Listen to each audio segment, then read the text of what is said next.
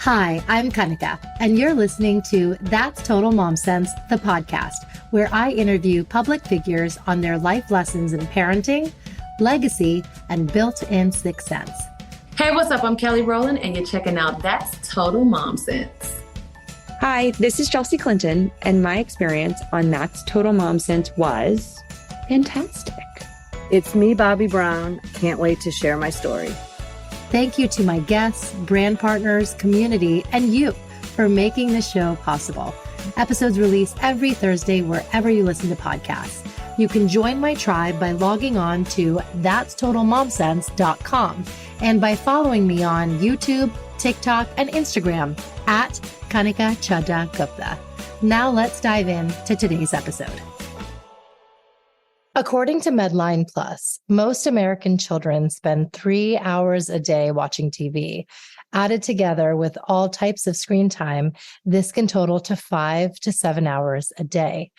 Screen time is known to hinder focus and may cause ADHD, impair social and emotional development, and disrupt sleep patterns. Today's guest, Dr. Allie Ticktin, has become a dear friend and has dedicated her life's work to helping children and parents get off their screens and focus on play. It's what our biological needs call for. Dr. Allie Ticktin's mission is to empower children and their families through sensory play so that they can thrive through childhood and beyond. Allie is the founder of Play to Progress and author of the book Play to Progress, where she provides parents with an overview of all 8, yes, that's 8, senses, and gives parents ways to enhance those senses at home. Dr. Allie uses the science of child development and the joy of play to boost children's confidence and enhance development within all areas of their life, from social, emotional to physical and academic. Dr. Allie believes that the best way to support children is by arming their parents from inception with the knowledge and skills necessary to encourage their child's development for success through childhood and beyond.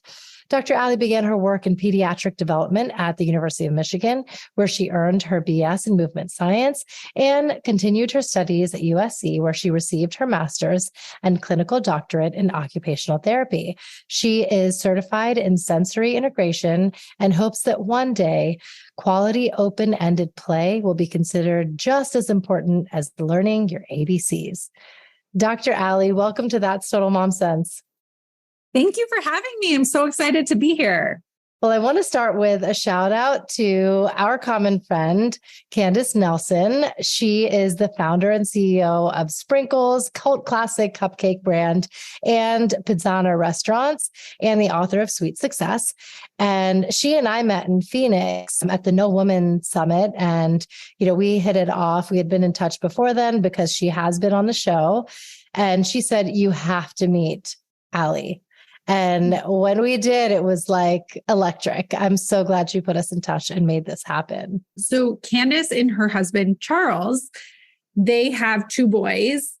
And when I was in grad school, I moved to LA. I'm from the Midwest originally. And I was like, okay, I need a job, right? Like I'm in grad school. I have Fridays off and we got weekends off. And I was like, I need to make some money. Like I'm living off student loans.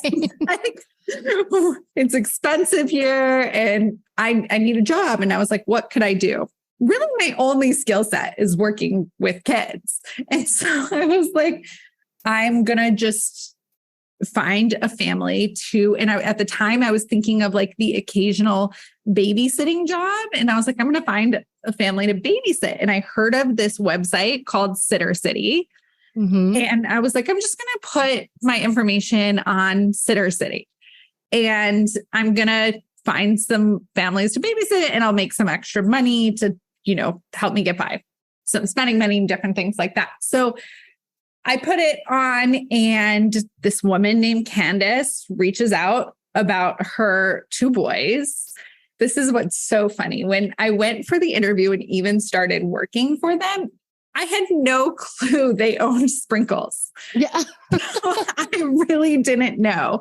But I ended up nannying for them, just really got to know the family really, really well and became really enmeshed in the family. And then one day they said, finished school and they were like, let's go in business together. So I'm a really big believer that the universe has a plan for you and there aren't accidents. Like everything really does happen for a reason. And I have so many things in my life that are these wild things. The fact that I have this company and it all started with a sittercity.com. I want to switch gears and talk about one of my favorite books. And I was reminded of it when I was reading your book here, Play to Progress. This favorite book of mine, I'm sure you know it, is one I read in 7th grade. It's called All I Really Need to Know I Learned in Kindergarten by Robert Fulghum. And I had to read it as part of a reading and writing workshop class. You know, God bless our teacher. She said, you know, you can take a very concrete subject and even current affairs and tie it back to something abstract. And this is something that Fulghum does so well. And so I remember my essay, it was on the Persian Gulf War. And I was just talking about why wars happen in the first place based on, you know, countries having different religions or ideologies or politics and so on. And I took it to the abstract and what you learn in kindergarten. And I said, what if countries and leaders of nations could just have a big pillow fight and just fight like kids and end up laughing at the end of it and then move on past their differences? Right. Yes, it's totally facetious, but if you think about it, as adults, we don't know how to play nice in the sandbox anymore. In my childhood, I think of how everything came back to play for me, and play really was my therapy. No matter what chaos was going on in the home, in my life, and not that it was so chaotic, but I always would come back to play. And I was very lucky that I lived on a street growing up where everybody just was always outside playing. First of all, we were always barefoot. I laugh about it because I'm like, we never had shoes on. We were running around the street without shoes on all the time. Yeah. And I'm like, we never had shoes on. In the summer, we had bathing suits, no shoes. We could be on a bike. I mean, we'd wear a helmet. I remember that. But it was right. like a helmet and no shoes and pedaling. Oh my God. I love it. You know, I have a quick fact to say about that. A friend of mine who she's a pediatrician, in fact, went into dermatology. She believes in all things kind of holistic and healing. And she said there's something very special about feeling the grass under your feet and your toes. It makes you feel connected to the earth. We never really feel the ground underneath us anymore. So, you know, the fact that you did this as children so like intuitively, that's a great thing. That's not something we see anymore. And in my childhood, growing up in the Midwest, and one thing that I think really helped me get through many hardships was play.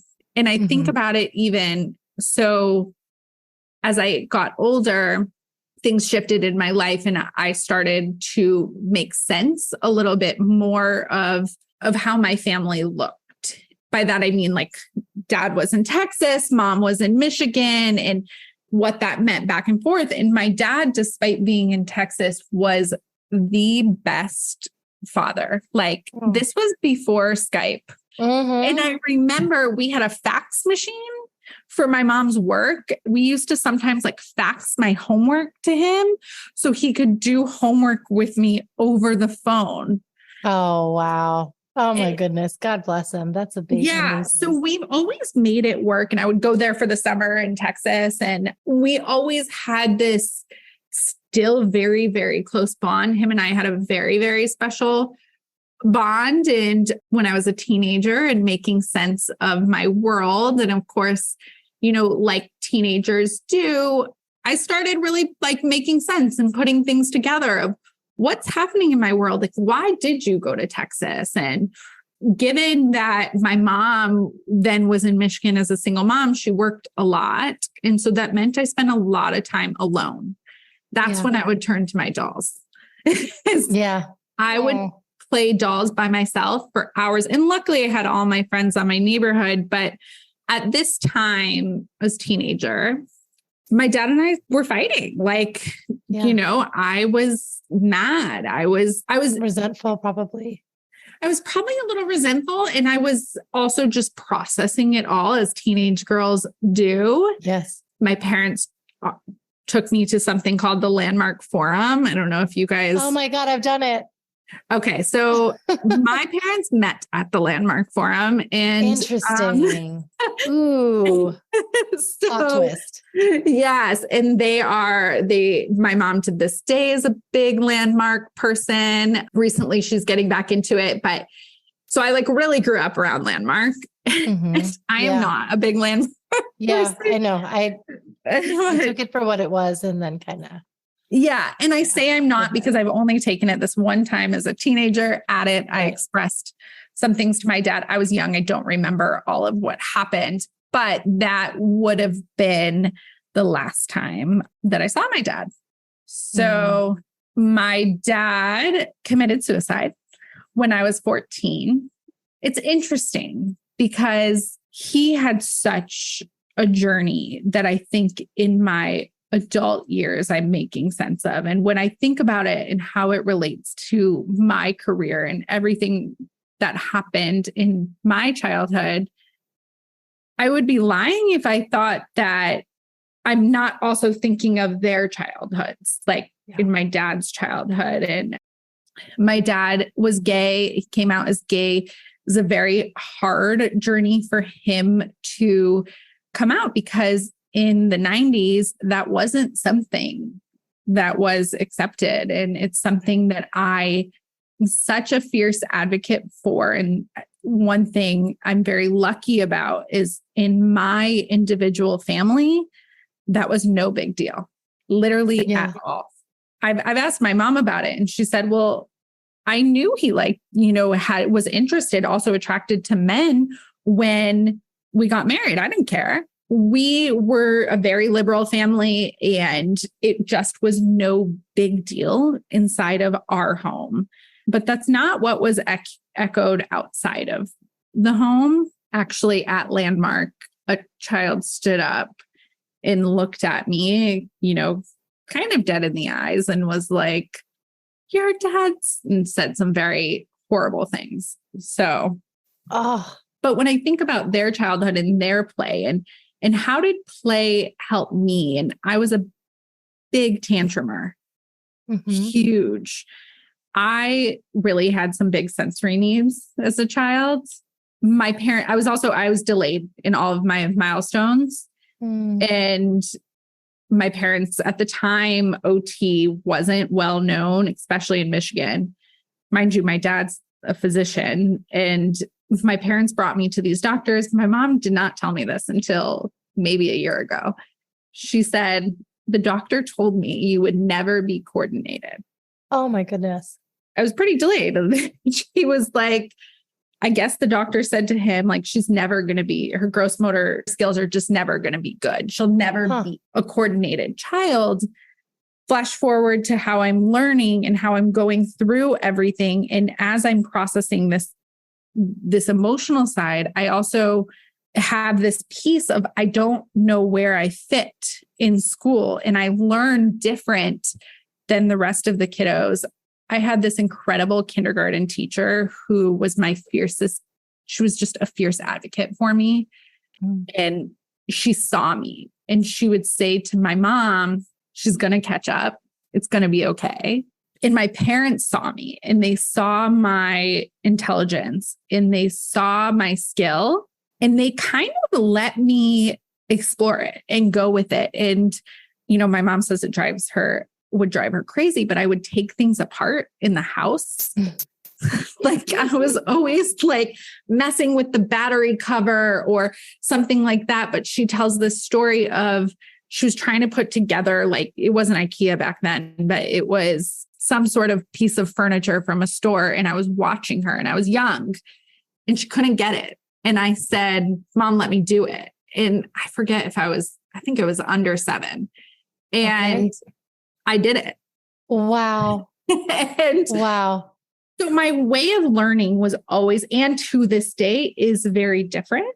In second grade, I put on, maybe it was third grade, a reflection paper that I'm too fidgety. You know how you have to reflect on what you need to do better for the next year? Right. And I put, I'm too fidgety. So how ironic that now I'm an OT. And I think of that all the time of, hold on, was I too fidgety? Or was it that I needed some more movement? My way of learning was and is very different. I needed more movement. I needed more what we call at Play to Progress body tools. I didn't have that. So I would lay on the ground when I got home from school and I held it all together, never could really find my place in school. And even though I had great friends and I literally remember laying on the ground and like pounding on the door of like just kicking and screaming, and just home was my safe place. I would just unleash it at home. Oh my goodness. I feel like you were meant to do this work because you have lived it, and how you were so acutely aware as a child. Now you have created the knowing and have tapped into the tools and the resources we have. And the fact that you packaged it together for parents in this book is giving us all a chance to get to know our kids on a whole other level. Thank you for that. Can you talk about why you say we have 8 senses, not just 5? Because this is really, really illuminating. One of my goals right now, when you're taught your senses, what are you taught? You're taught what we can call maybe the common 5. I don't want to call them the big 5 because all of our senses are important. Yeah. But in reality, we have 8. We have these 3. I hate this, that they're called the hidden senses, but they are called the hidden senses because they're not known. I think I'll kind of call them the lesser known senses because they're so important for a child, 1, to develop, and 2, to understand their body and who they are.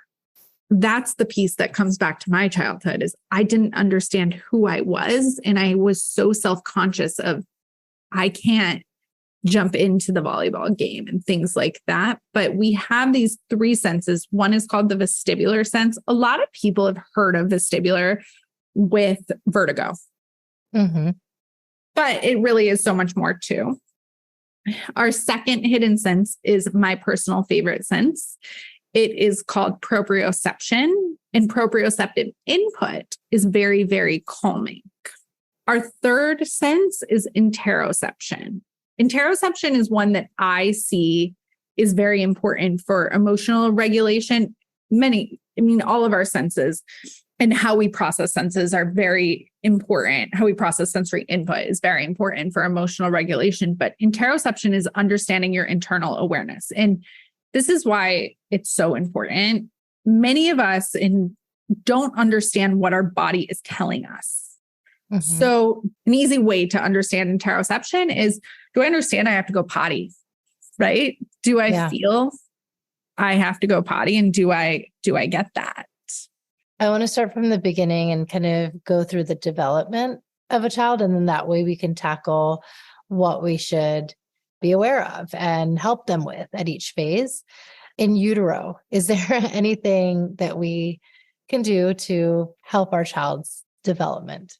Development really does start in utero. And one thing I want to be careful with this question is not to make any parent feel like anything they do is their fault. Yes. Because there is only so much you can do in utero to keep the baby healthy. Of course, that's where our nervous system, our sensory system, that's where everything begins. It's really in utero, which is actually amazing if you think about it. Oh, yeah. I remember I would put headphones to my belly and, play soothing instrumental music or, in India, we have these, it's like hymns and prayer songs, bhajans. And I did believe, I was like, I feel like, my twins and then my younger one can hear this, yeah. And they would kick and everything. So I feel like it was doing something. And what I think is so special is the bond between a mother and their baby immediately when, you give birth. So all of this development starts in utero. Now, as soon as your baby is born, we want to be really active about their sensory system. We want to immediately begin exposing them to sensory input. Right. We want to get them in tummy time. If you sing to them, talk to them a lot. Yeah. All of these pieces, we want to make sure we're doing. Right.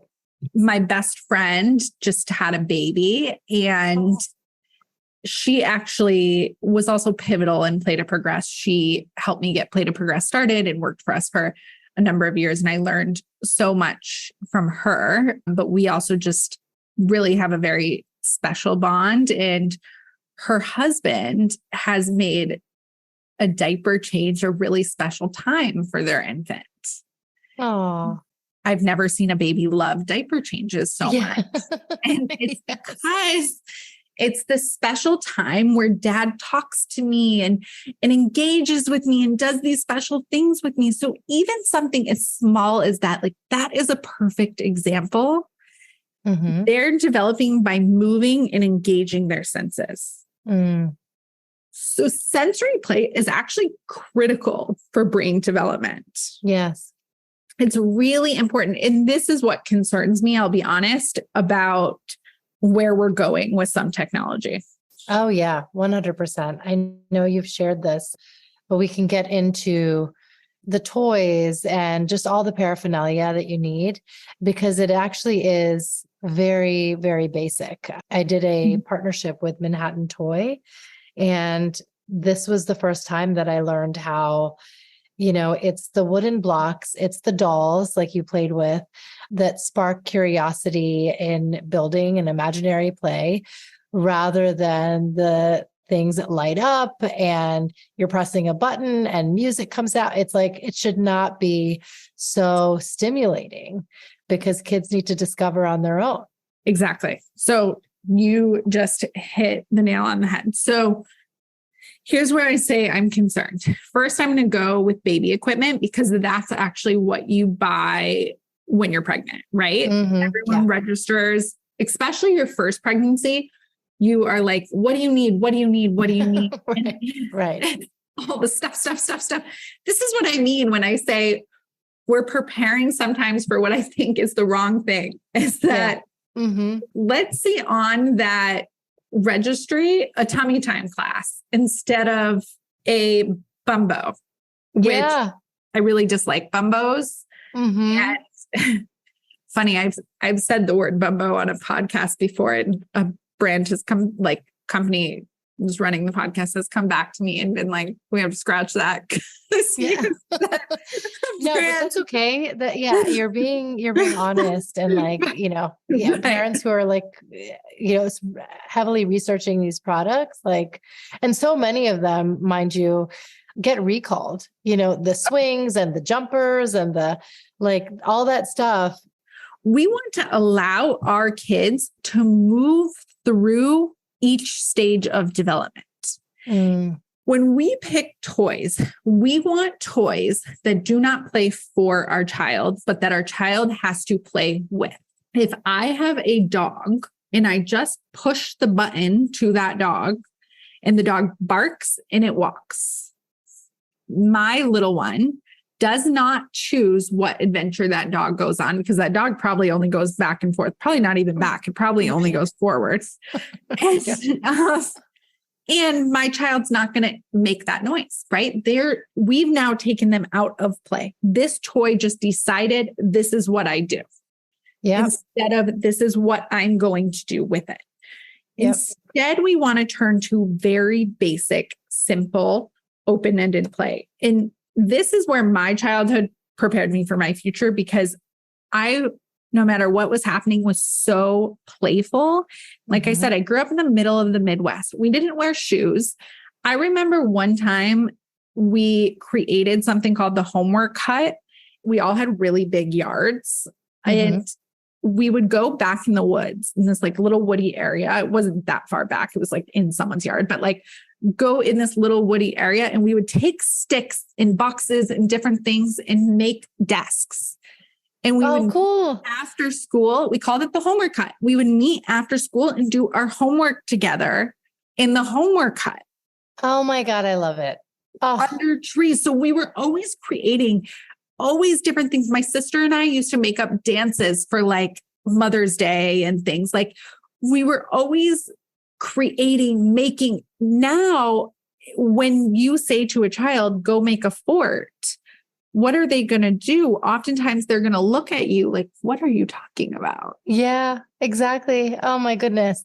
And then they're going to think like, well, you need to go on Amazon and then buy the fort making set. And then that's the only way I can do it. And it's like, well, no, you can use pillows and blankets and chairs and, just whatever you have in front of you, and use your imagination. Yeah. Yeah. Oh, that's brilliant. I love that.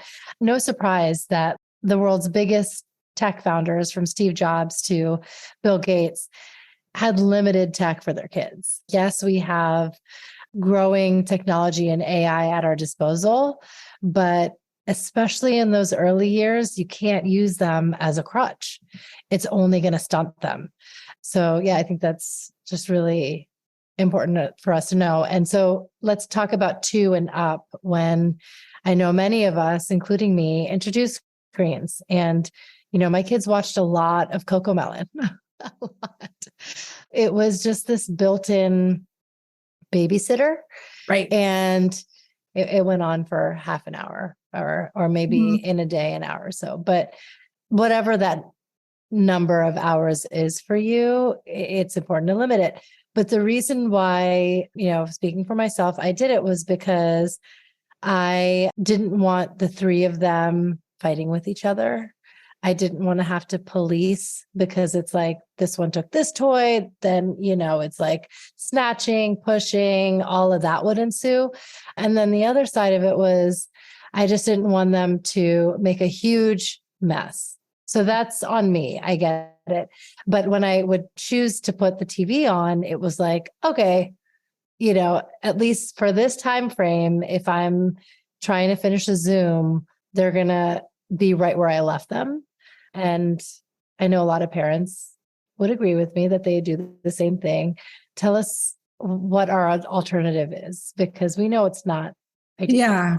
So I do think the more we practice independent play, the better kids will be at playing independently on their own for longer times. So that's one thing to remember, is taking that step back.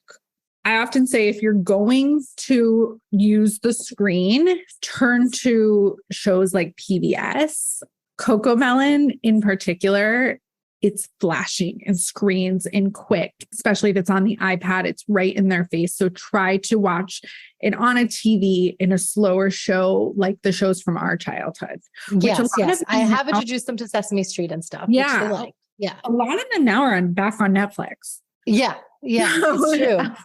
If you are going to do that, and I fully get it, Now, our goal is, how do we get them playing independent for longer periods of time, right?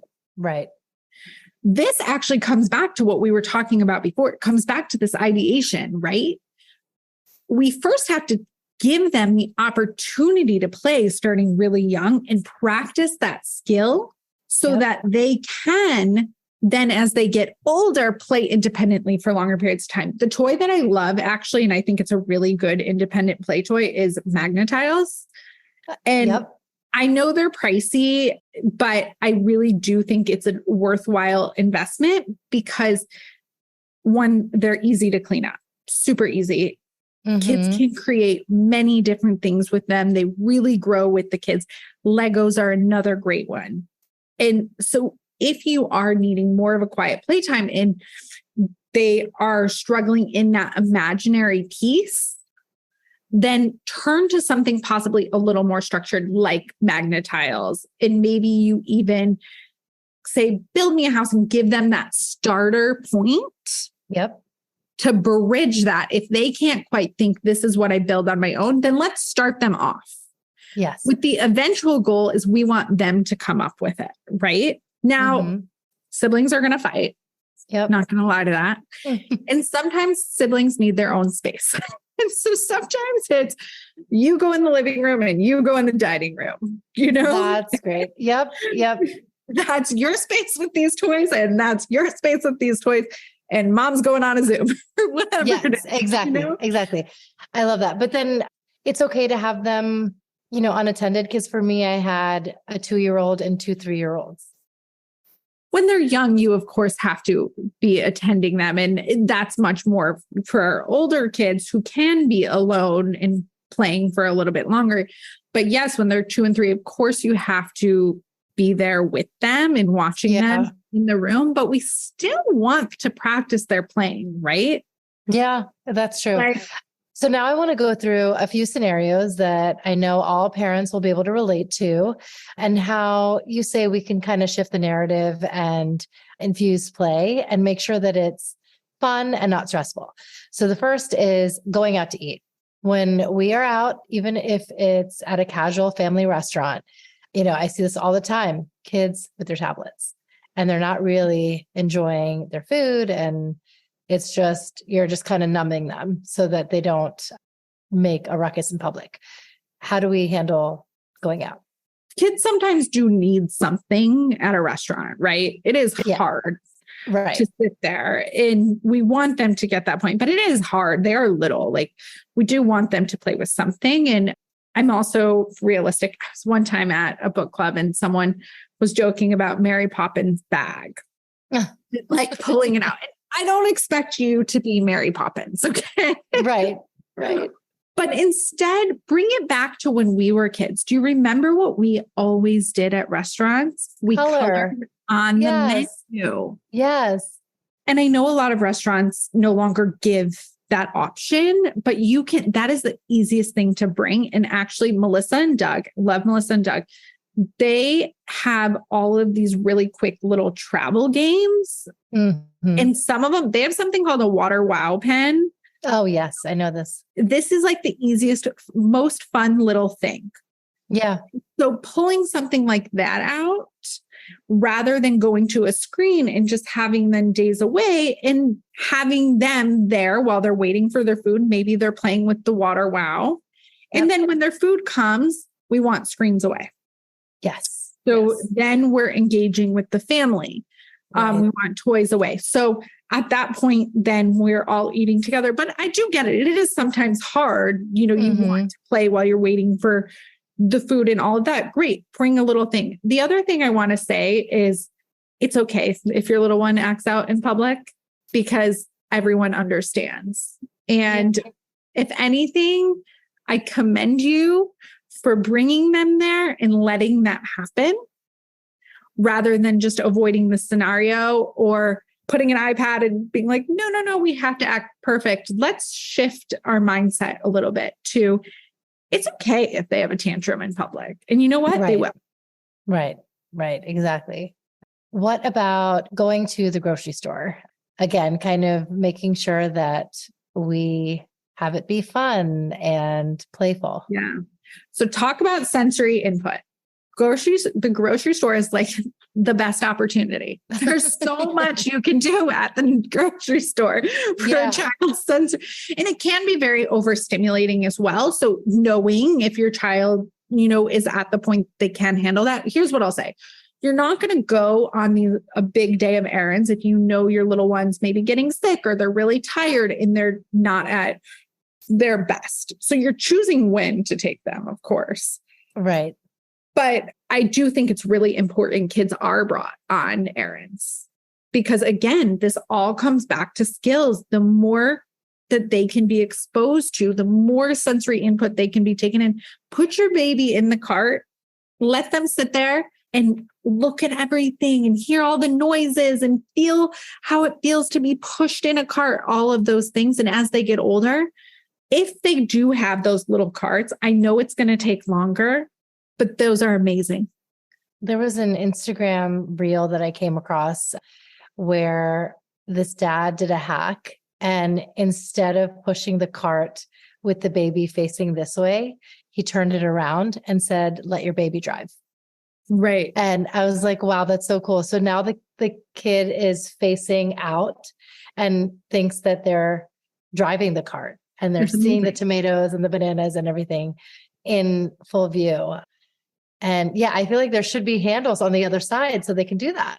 Yeah. And the other thing I think about is, I was just at a conference, a feeding conference, and they were talking about like bringing kids to the grocery store and let them pick, be a part, with some of our kids. Like I've done meal planning and different things with families, like let them go to the grocery store with them, and they're part of that decision making, because they're going to then be so much more excited during the week. And now I know it gets hard sometimes in the toy aisle. And I say this about Target.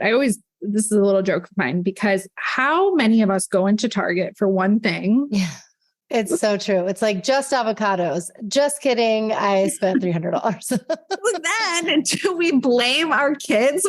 Yeah. The toy aisle, and all of a sudden they want a toy, but I'm guilty of mugs.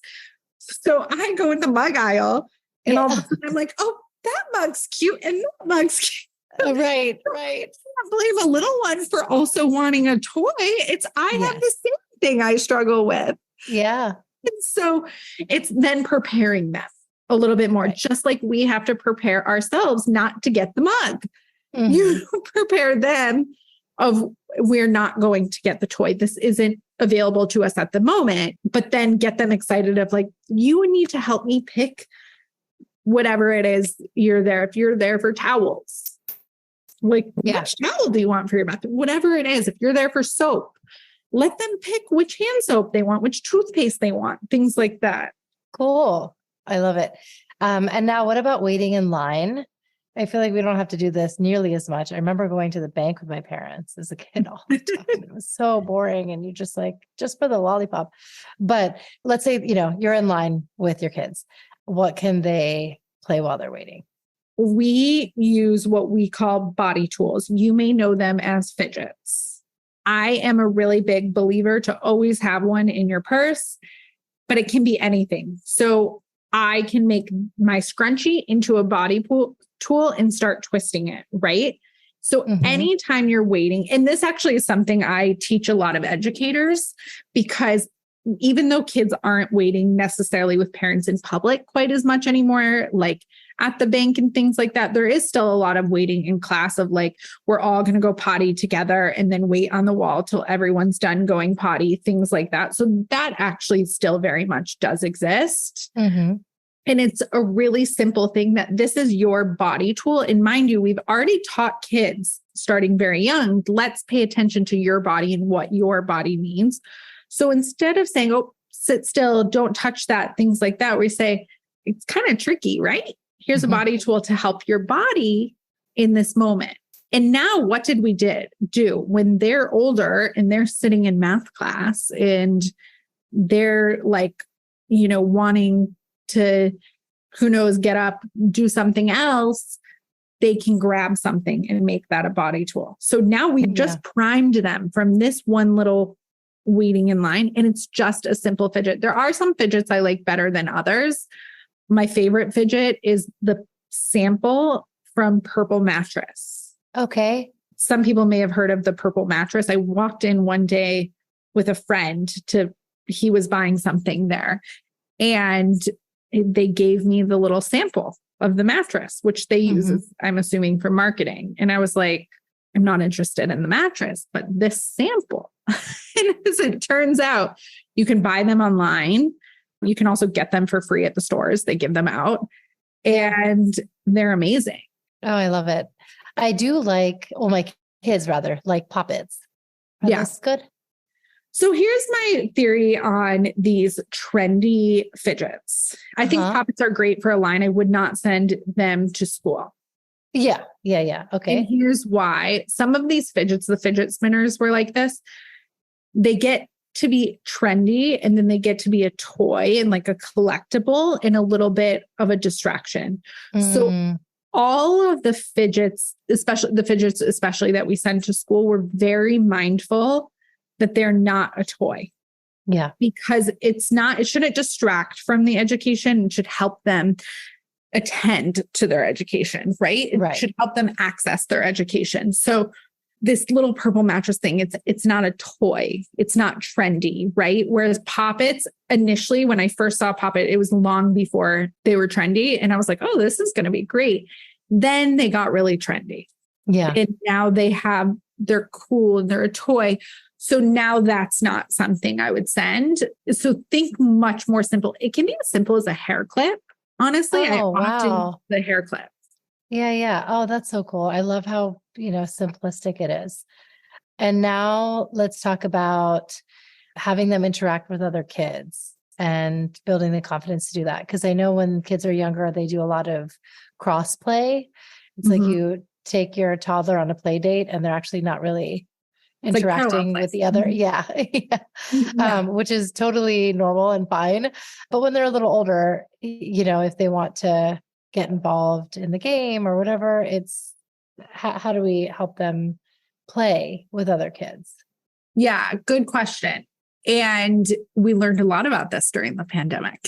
So Mhm. Yeah. I think we took it for granted in some ways. And then when the pandemic hit and kids were completely separated from one another, we saw so much Mhm. when we brought them back together. And what I will say is opportunity is everything. Yeah. Bring kids to parks young. There are always other kids at the park. Yes. Your local park is the best place. Your local park, your local library. You don't have to sign up for all these classes. If you want to, they're wonderful, great, do it. But also the park works too. Yeah. And so make sure starting really young that they have the opportunity to be around other kids and more than just their siblings, because siblings are often different ages, or in your case, if you have twins, we also want them to have their separate life and learn how to make friends separate from each other. So that's another piece. So the more you can expose them. Now, if they are having trouble jumping into play and playing, you can start that play a little bit. So, Right. for example, this is something we saw a lot after the pandemic. Kids, they were struggling and to Mhm. play together. And so sometimes if I have a little one who's like not jumping into play, and this can really be a big thing in preschool, right? Mhm. So they're 3, 4, and they're like, I want to play, and they're kind of watching them, but they don't know how to jump in. I may say something like, I noticed they're playing dinosaurs. And I may narrate what I'm noticing, right? So I noticed Johnny is a T-Rex. Oh, And I noticed Alex is the zookeeper. It looks like they might need another T-Rex. oh my So you gosh. jump That's in, brilliant. be the T-Rex.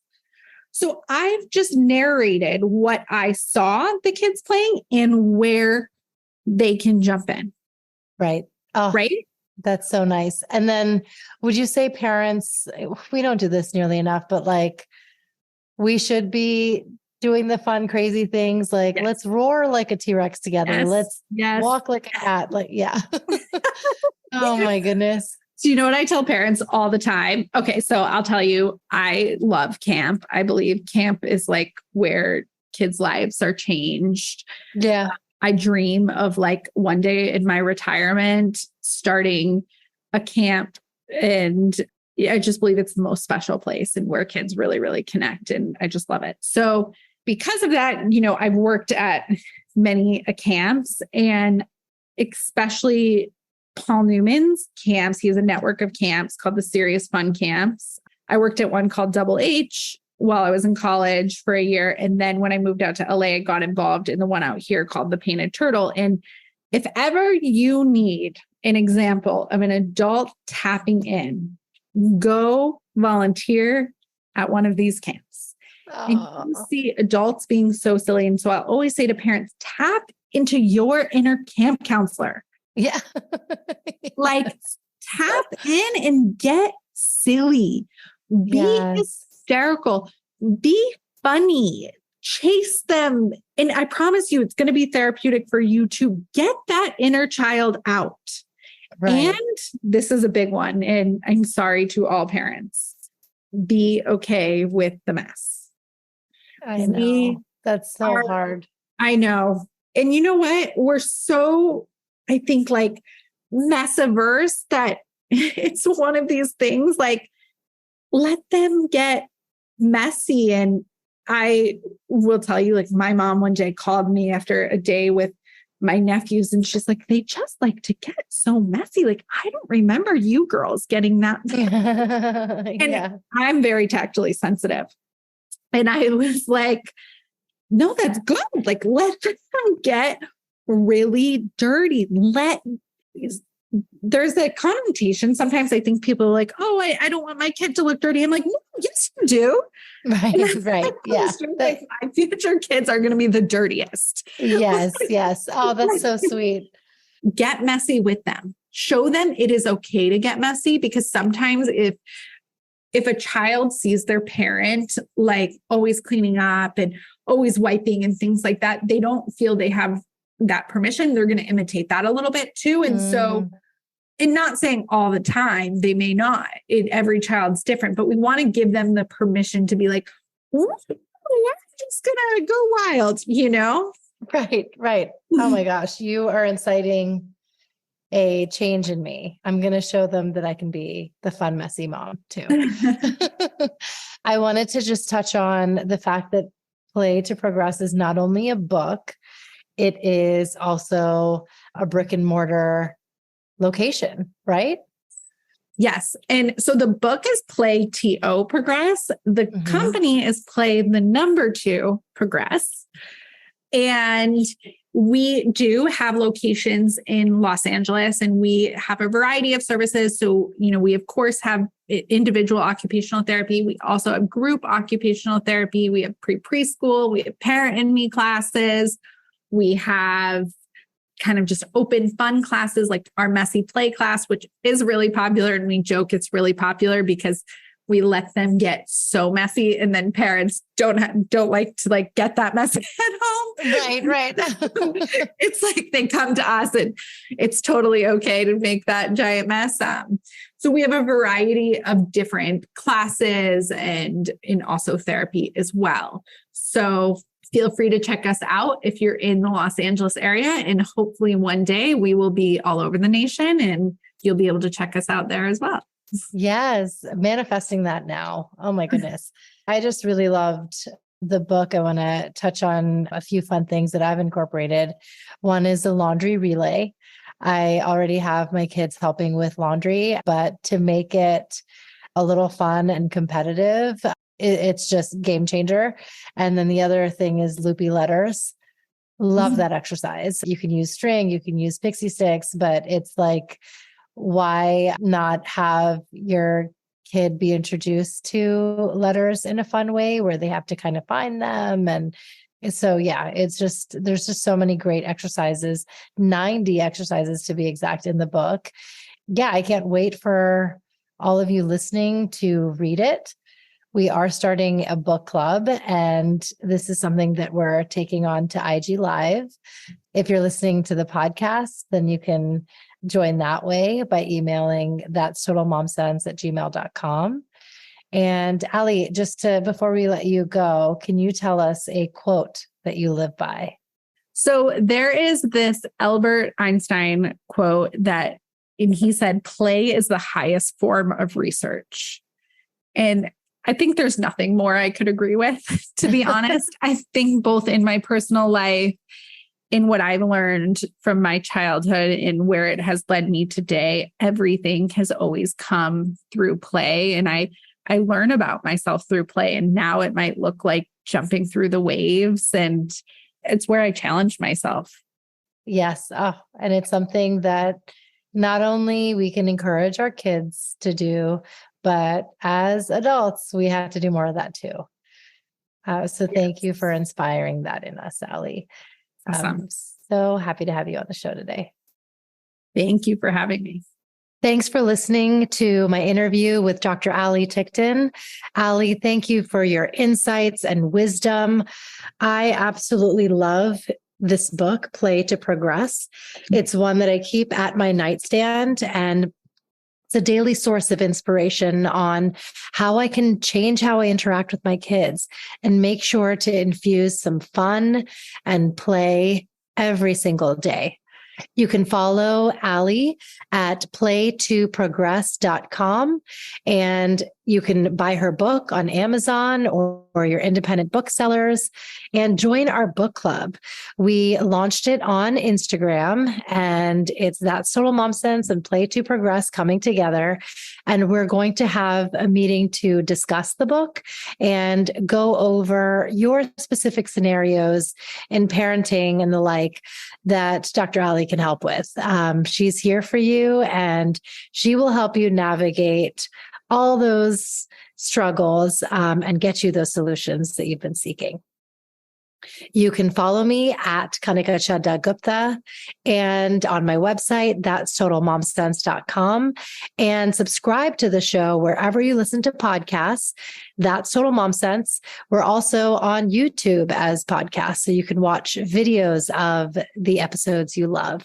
I am so honored to have you part of my community, and I'm glad to be collaborating with experts like Dr. Allie to serve you better.